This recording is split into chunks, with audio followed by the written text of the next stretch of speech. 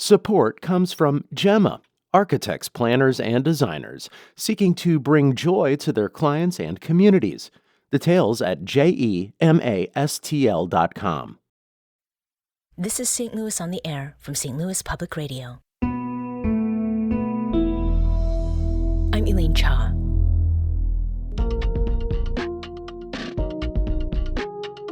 The relationship between U.S. Steel and the Granite City Works steel mill has been rocky for years. Most recently, the company announced it would stop sending steel to the plant, then reversed that decision a few weeks later. Now the plant is seemingly safe from closure until 2027, but the local United Steelworkers Union wants more security than that. In a moment, we'll talk with Craig McKey, the president of the local chapter of the United Steelworkers. But to get us caught up with what's happened in the last several years, here's STLPR Metro East reporter Will Bauer. Will, welcome back to the show. Thanks for having me. So, Will, you've been covering the U.S. Steel and Granite Works City steel mill story since fall of 2023. Take us back to that year, and in particular, to the stoppage of operation of Granite City Works blast furnace. So at the start, it was a temporary stoppage of the second blast furnace. The first blast furnace had been turned off in 2019, and U.S. Steel had said at the time there was another labor story going on. That was the United Auto Workers strike. So if you remember, the General Motors facility in Wentzville was one of the first ones to go on strike and shut down. That was what U.S. Steel had said had led to a drop in demand for steel. Now, of course, steelworkers in Granite City would say that's a bunch of hogwash, but anyway, that was what they had said. So it was first temporary, and then a couple months later, it turned into a more permanent idling of the blast furnace. And so since then, there's been no steel produced.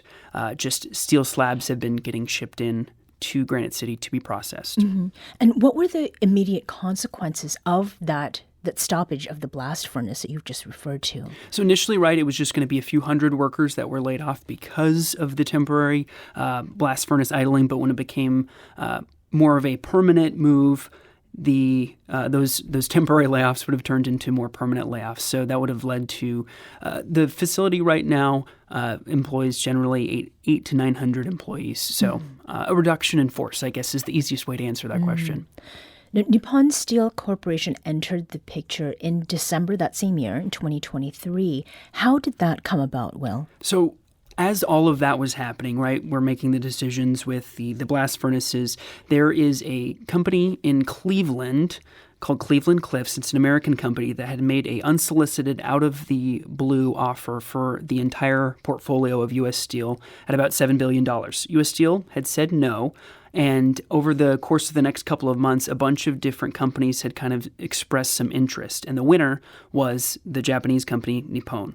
And they would have ended up taking over the company earlier this year because it would have got caught up in political discussions and elections, so on and so forth. But yeah, Nippon was the winner of that bid for U.S. Steel. And what was the reaction to the news about Nippon, at that time? Oddly enough, there was pretty firm consensus that most, not only from the steelworkers to American politicians, weren't a huge fan of it. So from the steelworkers' perspective, they had preferred an American company, a company like Cleveland Cliffs, who they felt had a much better track record in terms of labor, and they had problems with the Japanese company because of they had been flooding the market with some cheap steel, right? And so that was the steelworkers' perspective. But from the politicians' perspective, there was bipartisan agreement from Joe Biden, then President, Democratic nominee Kamala Harris, and President Trump, the Republican, who would have said, we kind of have, we may agree with the union on some of their concerns, but also national security concerns. We don't want such a vital American industry owned by a foreign company, even if that foreign company is based in probably many people would consider a pretty good ally in Japan. Now, bring us up to speed then with what has been happening in the last 6 months or so with U.S. Steel and Granite City Works. Basically, the conversation in Granite City has very much been centered around what is the future, if there is any, long-term in Granite City. So we would have first learned in June that U.S. Steel and their new corporate ownership based out of Tokyo would have committed to not cutting any of the processing in Granite City Works for 2 years. Now, that decision was later changed in September, which is what you referenced. They had said, hey, we're going to actually quit sending in steel to be processed. This would have happened in December, and we're just going to maintain the status quo for a while. Mm-hmm. But 2 weeks later, they end up reversing that decision. So lots of back and forth for the steelworkers in Granite City over the last couple of months. Yeah. So you covered a rally, Will, in Granite City, and that was just last month, where steelworkers were asking for long-term commitments. What were those? So right now in the National Security Agreement that was signed by the federal government and the companies, it carves out a future for Granite City, but only until 2027. For the rest of the U.S. steel portfolio that is now controlled by the Japanese company, it says until 2035. So that was a signal to a lot of the folks in Granite City that they may not have a long-term future. So to answer your question, a future beyond 2027, and they would also love to see an investment, because also in that National Security Agreement, they would have outlined a ton of investment the Japanese would be making in all the U.S. steel facilities, and for whatever reason, Granite City has never been on one of those lists. Mm-hmm. So they would love some, modernization. They would love some, we're talking like millions and billions of dollars for some of these facilities, some of that money to trickle down to Granite City so that they could carve a future for themselves out beyond 2027. Mm-hmm. Now, speaking about the present and the future, Craig McKey has personal and direct insight into that. He's the president of the Granite City chapter of the United Steelworkers. Craig, welcome to the show. Thanks for having me. So as a starting point, Craig, and for those who aren't familiar with this, what is the range of work that has been done at the steel mill in Granite City Works? Prior to October of 23, we were a fully integrated steel making process. And then we have finishing lines that we run through a hot strip mill, cold strip mill, pickle line, and a triple G coating line. Since we shut down the second blast furnace in October of 23, we've just been running our finishing mills on slabs that are being sent to us from our sister companies, Gary Works and the Mon Valley Works in Pennsylvania. So this finishing work, Craig, why is that not enough? Well, based on U.S. Steel telling us around the September 5th time frame that they weren't going to continue to send slabs here to Granite for us to process, we've all been scratching our heads on why they're not including our capacity from our blast furnaces, because they're obviously not being able to make as many slabs as they need in the corporation, even though they say they're at full capacity. So we would see that it would be easy to fix their problem by at least firing up our B blast furnace that, has only been down since 23. Mm-hmm. So with this uncertainty recently about the future of Granite City Works, you were told it would be shut down, and this is something, Will, that you've mentioned a little earlier. Then just weeks later, that decision was reversed. Craig, how has that experience been for you and your membership? For about a 2-week period there before they reversed their decision, it was just more terrible news. We've been, since going back to at least 19 when we had the first furnace shut down, through 22 when they announced a possible sale of the blast furnaces to Suncoke, and all the way up till today. That's just more impact financially on our workers that are currently working here now, because without producing, we lose quite a bit of money in regards to production incentives and things like that. So. Mm-hmm. What have you been hearing from your union members about what they're feeling, what they're thinking? What are they maybe mapping out for their future steps individually? Yeah, for most of them, we've lost a lot of hope because we've been dealing with this stuff for so long here at Granite City, and I don't think any of them have a lot of hope or holdout anymore, just because this National Security Agreement actually shows us till 27. Most of them are looking for other work, and they believe that come 2027, that, we might not have jobs here anymore after that. Is there any reason to have hope? I mean, you're continuing to fight a good fight. What is it that is helping you to continue in these efforts? Well, we know B Blast Furnace, the company's been telling us all along since they idled it that, 25-30 million dollars and 12 to 14 weeks they could have it up and running again.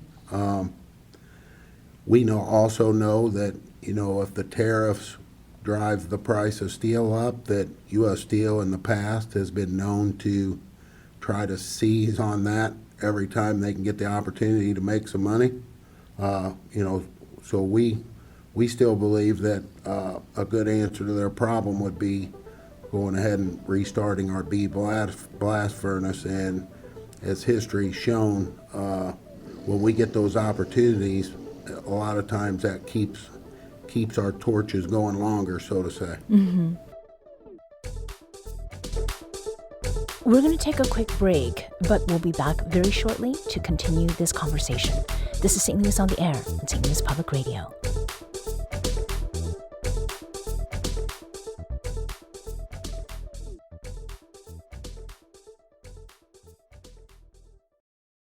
Support comes from the St. Louis Public Library Foundation.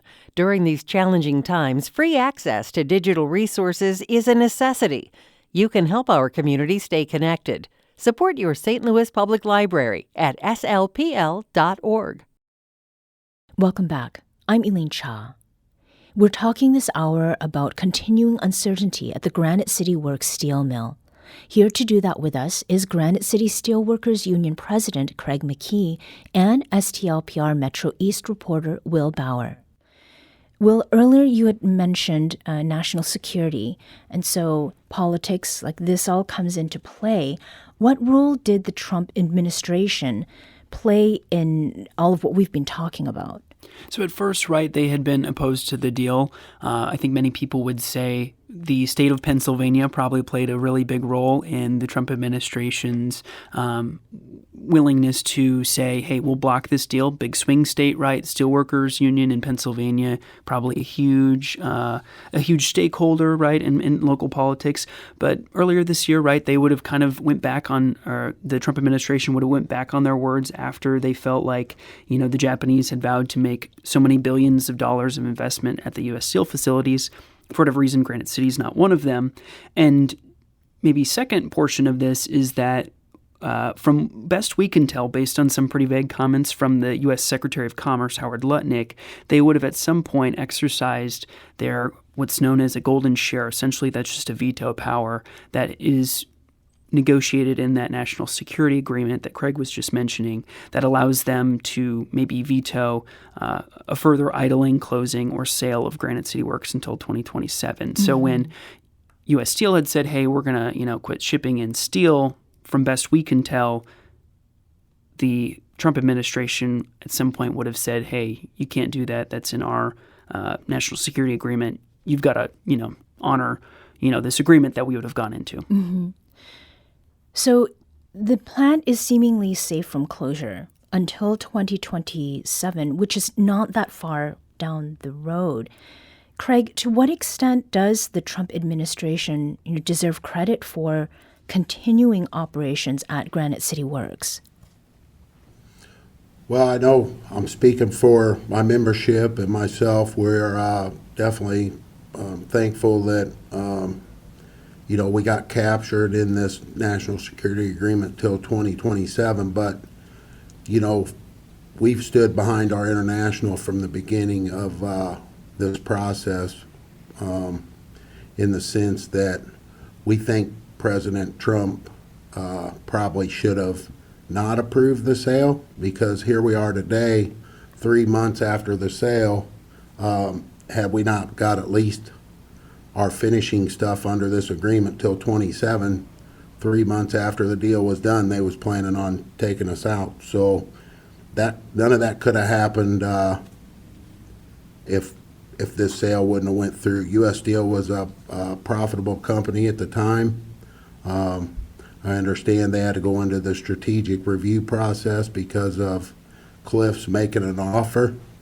But as the International said from all along, U.S. Steel was a sufficient company, and the fear of, Nippon trying to bring their product into the States, being a major player in the steel in the States, that was going to be a problem. And today, we know they're not making enough slabs, and the Trump administration looked at that as an idol. So we thank President Trump and the folks in the administration that at least held U.S. Steel and Nippon to this agreement. But for the long term, we don't see any investment coming our way. They're looking at building a new mini mill facility somewhere in 28 to the tune of about $1 billion. We feel like they should be investing that here at Granite City and taking care of the people that's put a lot of money in their pockets and, gave a lot of hard work and a lot of time away from their homes and family life to make sure that this company was successful over the years. And, we're going to continue to make that argument. Mm-hmm. Craig, earlier you had mentioned you're speaking for membership. And when we discuss unions, there is sometimes an oversimplification that happens when people say union leadership, supports Democrats and rank and file members support Republicans. Does that play out at all in what happens with your local chapter? Sure. Politics is always a tough conversation for many reasons. What we try to look at here is what we call our core values. There isn't much we do here locally in support of, what we could do for political support. We do know the International does support folks, but it's based around the core values: retirement, health care, retiree health care, all the components of what, really the union's there to represent us on. So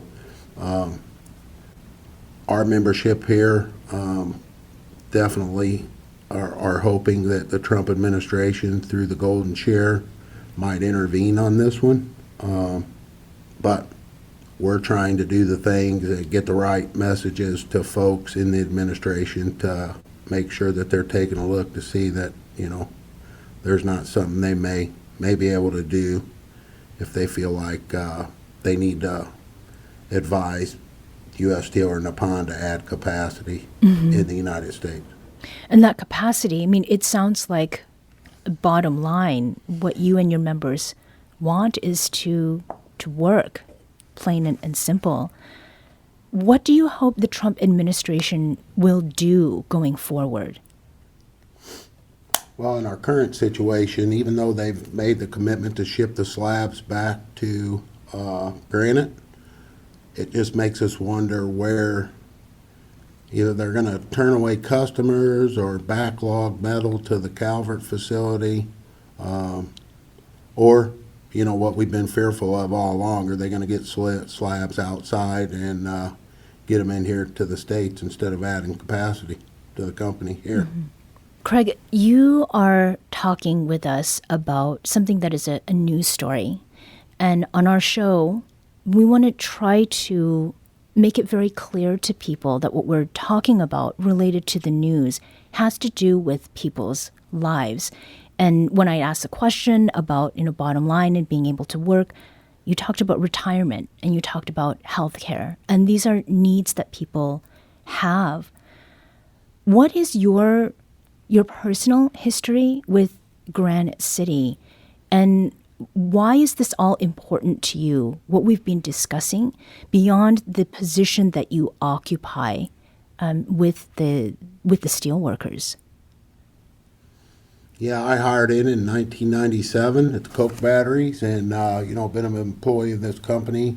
Went through the change when U.S. Steel took over in 2003, and we've fought long and hard and given up pay and all kinds of stuff to have the benefits we have today. So that's, the main reason that we don't want to see any of that go away because people have built lives around, what we've worked for over the years. But this place has been making steel for over 100 years. It not only built the city of Granite City, but it's built a lot of the outlying communities around here also. So just the thought of not making steel here in Granite City and the impact of what that means, not only for our members, but the communities around it's already been a lot of devastation, but without this mill here in some form or fashion, it's definitely going to get a lot harder for the communities and our membership. Mm-hmm. Craig McKey is president of the Granite City chapter of the United Steelworkers, and Will Bauer is STLPR's Metro East reporter. Craig and Will, thank you so much for joining us today. Thanks, Elaine. Yeah, thank you for having me.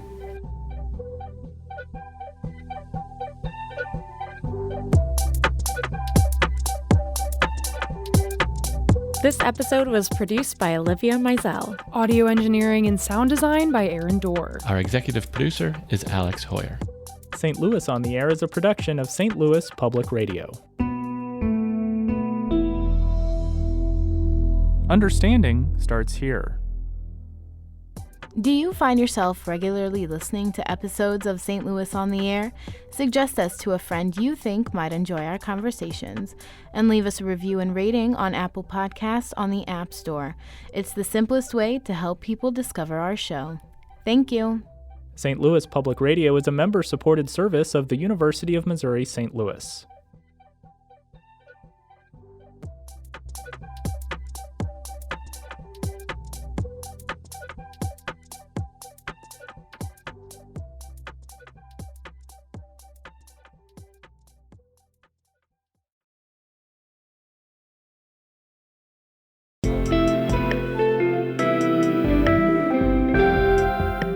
The Gateway brings you the day's news each weekday from around the St. Louis region and the state capitals in Jefferson City. Our schools are accredited. We don't need this bill. And Springfield. How many more years must pass before lawmakers see time is of the essence? I'm Abby Larico. Join me each weekday for The Gateway on the STLPR app or wherever you get podcasts.